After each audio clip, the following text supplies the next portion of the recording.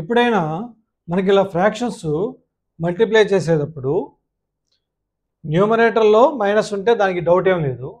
But డినామినేటర్లో minus ఉంటే ఏం చేస్తారు? డినామినేటర్లో మైనస్ ఉన్నా సరే దాన్ని న్యూమరేటర్లో చూపిస్తారు. ఎందుకు చూపిస్తారు అలా? అలా చూపిస్తే అది రాంగు కాదా? కాకపోతే ఎందుకు రాంగు, అయితే ఎందుకు కాదు? రైట్. సో ఇప్పుడు మనం దాన్ని చూద్దాం. ఇలా ఫ్రాక్షన్స్ మల్టిప్లై చేసినప్పుడు మనకు తెలుసు న్యూమరేటర్ మల్టిప్లై చేసుకుంటే డినామినేటర్ మల్టిప్లై చేసుకుంటాయి. So 5/7 into 3/-2 is equal to 5 into 3 divided by 7 into -2 plus into plus plus 5 into 3 15. Plus అనే సింబలే కాబట్టి మనం వేయం, ఏ సింబల్ లేకపోతే దాని మీనింగు ప్లస్ అని చెప్పి. ఇక్కడ plus into minus minus 7 into 2 14. ఇక్కడ మీరు చాలాసార్లు గమనించుంటారు 15/-14 రాగానే వెంటనే -15/14 అని రాసేస్తారు. డినామినేటర్ ఉంచకూడదా అంటే ఉంచవచ్చు. ఒక యూనిటీ, అందరం కూడా ఒకే యూనిటీ ఫామ్ అవడం కోసం, ఫాలో కావడం కోసం ఈ డినామినేటర్లో ఉన్న మైనస్ని న్యూమినేటర్లో రాస్తారు. మరి ఇది -14 కాస్త +14 అయిపోయింది, ఇది +15 కాస్త ఇది -15 అయిపోయింది. చెయ్యొచ్చా? అలా రాయొచ్చా? రాస్తే ఏమన్నా ప్రాబ్లమా? చూద్దాం. దీన్ని తీసుకుందాం. 15/-14 ఈ వాల్యూ ఆ వాల్యూ రాయొచ్చా రాయదా అనేది చూద్దాం. సో ఇక్కడ మనం ఏం చేయొచ్చు అంటే న్యూమరేటర్ అండ్ డినామినేటర్ని ఒకే నెంబర్తో మల్టిప్లై చేస్తే వాల్యూ మారదు. ఫర్ ఎగ్జాంపుల్ 2/2తో మల్టిప్లై చేసామనుకోండి, ఎందుకు మారదు? 2 gets cancel one time. So 2/2 బదులు మనం ఇక్కడ 1 రాసుకుంటే వాల్యూ మారుద్దా? 4 into 1 is equal to 4. 500 into 1 is equal to 500. అందుకని 1 ఏమన్నాం? Multiplicative identity. 1తో ఏ మల్టిప్లై చేస్తాం మళ్ళీ అదే నెంబర్ వస్తుంది. ఈ 1 ప్లేస్లో ఏం రాసుకున్నప్పుడు మనం 2/2 అని రాసుకోవచ్చా? లేదంటే 1/1 అని రాసుకోవచ్చా? లేదంటే -1/-1 అని రాసుకోవచ్చా? -1 క్యాన్సిల్ చేసినా కానీ 1 అవుతుంది కదా, సేమ్ నెంబర్ కదా, సేమ్ ఇంటిజర్. సో 1తో మల్టిప్లై చేస్తే వాల్యూ మారదు. సో ఇప్పుడు ఏమవుతుందో చూడండి, -1/-1తో కనుక మల్టిప్లై చేస్తే ఇంతకుముందు ఎలా అయితే చేసామో మనం న్యూమరేటర్ మల్టిప్లికేషన్, అలాగే డినామినేటర్ మల్టిప్లికేషన్ ఇక్కడ కూడా అలాగే చేయాలి. 15 into -1 -15 divide by minus into minus plus 14 into 1 14 plus 14. So ఇది దీనికి ఈక్వల్ అని చెప్తున్నాము మనకి ఈక్వాలిటీ రాసి. సో అప్పుడు ఇక్కడ కూడా రాసుకోవచ్చా డైరెక్ట్గా ఇదంతా చేయకుండా? మళ్ళీ న్యూమరేటర్ డినామినేటర్ -1/-1తో మల్టిప్లై చేయండి అని మనం స్టెప్ రాసుకోకుండా మనకి రాసుకున్నప్పుడు వాల్యూ మారదని తెలిసినప్పుడు రాసుకోవచ్చు కదా. సో ఈ రకంగా మనం రాసుకుంటాం. అలాగే చాలామందికి ఉన్న డౌట్ ఏంటంటే మన ఈక్వేషన్ సాల్వ్ చేసేటప్పుడు ఎడిషన్ రెండో సైడ్కి వెళ్తే ఎల్హెచ్ఎస్లో ఉన్న ఎడిషన్ వేరే సైడ్కి వెళ్తే ఆర్హెచ్ఎస్లోకి వెళ్తే మైనస్ అవుతుంది. అలాగే ఎల్హెచ్ఎస్లో ఉన్న మైనస్ సబ్ట్రాక్షన్ ఆర్హెచ్ఎస్లోకి వెళ్తే ఎడిషన్ అవుతుంది. మల్టిప్లికేషన్ డివిజన్ అవుతుంది, డివిజన్ మల్టిప్లికేషన్ అవుతుంది. ఎందుకు అవుతుంది? ఇలా మన ఇష్టమేనా?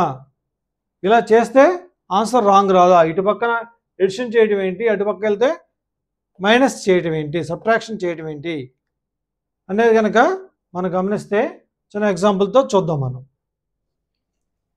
5 + 3 ఈజ్ ఈక్వల్ టు 8. దీన్నే సింప్లిఫై చేద్దాం, అలాగే ఉంచుదాం. 5 + 3 ఎంత? 8 కదా, దాంట్లో డౌట్ ఏం లేదు కదా ఎవరికైనా. సో నేనేమంటున్నాను అంటే ఈ 3ని అటుపక్క తీసుకెళ్దాం. 3ని కానీ 5ని కానీ ఏదైనా తీసుకెళ్ళచ్చు. ఇది +5 ఇది +3 రైట్ హ్యాండ్ సైడ్ తీసుకెళ్దాం. ఈ 5 ఇక్కడ ఉంచేసి ఈజ్ ఈక్వల్ టు పెట్టి 8గా రాసి ఈ +3ని అటు సైడ్కి తీసుకెళ్దాం. అటు సైడ్ తీసుకెళ్ళినప్పుడు కూడా +3ని రాద్దాం పోనీ ఫర్ ఇన్స్టెన్స్. అప్పుడు ఏమైంది 8 + 3 ఎంత అయింది 11. కానీ ఇక్కడ ఏమంటున్నాం =5 అంటున్నాం. కరెక్టా? కాదు కదా. మరి ఏం రాస్తే కరెక్టు? -3 రాస్తేనే కరెక్ట్. 8 - 3 ఎంత అయింది అప్పుడు 5 అయింది కదా. సో ఇప్పుడు మీ అనుమానం డౌట్ క్లియర్ అయిపోయిందా? రాసుకోవచ్చా? +3 ఉన్నదాన్ని -3 అని రాసుకోవచ్చా? అలాగే ఇక్కడ -3 ఉన్నదాన్ని ఇటు పక్కన తీసుకొచ్చి +3 అని రాసుకోవచ్చా? ఇక్కడే చూద్దాం. 5 - 3 రాద్దాం. 5 - 3 ఎంత మీరే చెప్పండి. 2 కదా. 5 - 3 ఈజ్ ఈక్వల్ టు 2. సో ఇప్పుడు ఏం చేద్దాం 5 ఇటే ఉంచుదాం. అటు సైడ్కి 2 + 3 అని రాద్దాం.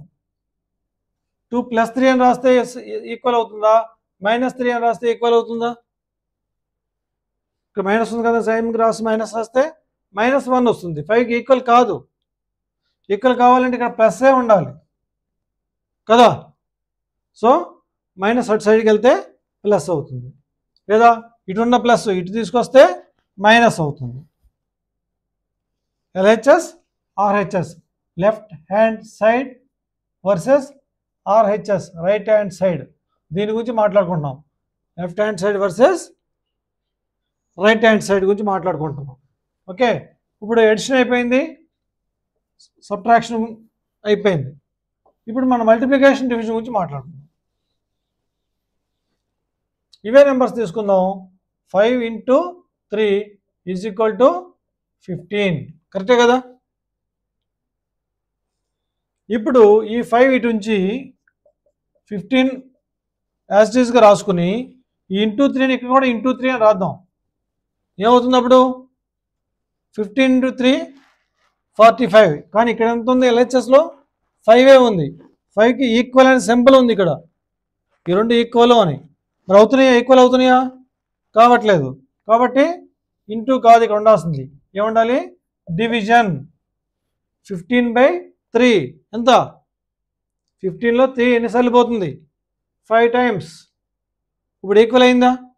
అంటే ఇక్కడ వన్ సైడ్ మల్టిప్లికేషన్ ఉంటే సెకండ్ సైడ్కి వెళ్ళేసరికి అది డివిజన్ అవ్వాలి, లేదా డివిజన్ ఉంటే ఈ సైడ్కి వస్తే మల్టిప్లికేషన్ అవ్వాలి. ఓకే, దీన్నే మనం ఇలా రాద్దాం. 15/5 దీన్ని ఇలా రాద్దాం మనం. 15/3 = 5. కరెక్టే కదా. ఇప్పుడే మాట్లాడుకున్నాం కదా, 15 3తో డివైడ్ చేస్తే 5 వస్తుంది. సో ఇప్పుడు 15 ఇటు ఉంచి లెఫ్ట్ హ్యాండ్ సైడ్ ఉంచి రైట్ హ్యాండ్ సైడ్లో 5 రాసుకుని ఈ /3ని ×3 అని రాసామనుకోండి, ఏమవుతుంది? 5 × 3 15. ఎనీథింగ్ మీరు ఏదైనా తీసుకోండి. 18/6 = ఎంత? 18/6 = 3. ఎందుకని? 3 6s are 18 కాబట్టి. సో ఇప్పుడు 18 లెఫ్ట్ హ్యాండ్ సైడే ఉంచి ఈ 6/6ని రైట్ హ్యాండ్ సైడ్ తీసుకెళ్ళాలంటే 3 ఇంటూ వేయాలా, డివైడ్ బై వేయాలా? 3 × 6 వేస్తే 18 వస్తుందా? 3 / 6 వేస్తే 18 వస్తుందా? 3 × 6 వేస్తేనే 18 వస్తుంది. కాబట్టి ఈ డివిజన్ కాస్త వేరే సైడ్కి వెళ్ళేసరికి మల్టిప్లికేషన్ అవుతుంది, మల్టిప్లికేషన్ వేరే సైడ్కి వెళ్తే డివిజన్ అవుతుంది, సబ్ట్రాక్షన్ వేరే సైడ్కి వెళ్తే ఎడిషన్ అవుతుంది, లేదా ఎడిషన్ వేరే సైడ్కి వెళ్తే సబ్ట్రాక్షన్ అవుతుంది. So this is for your clarification.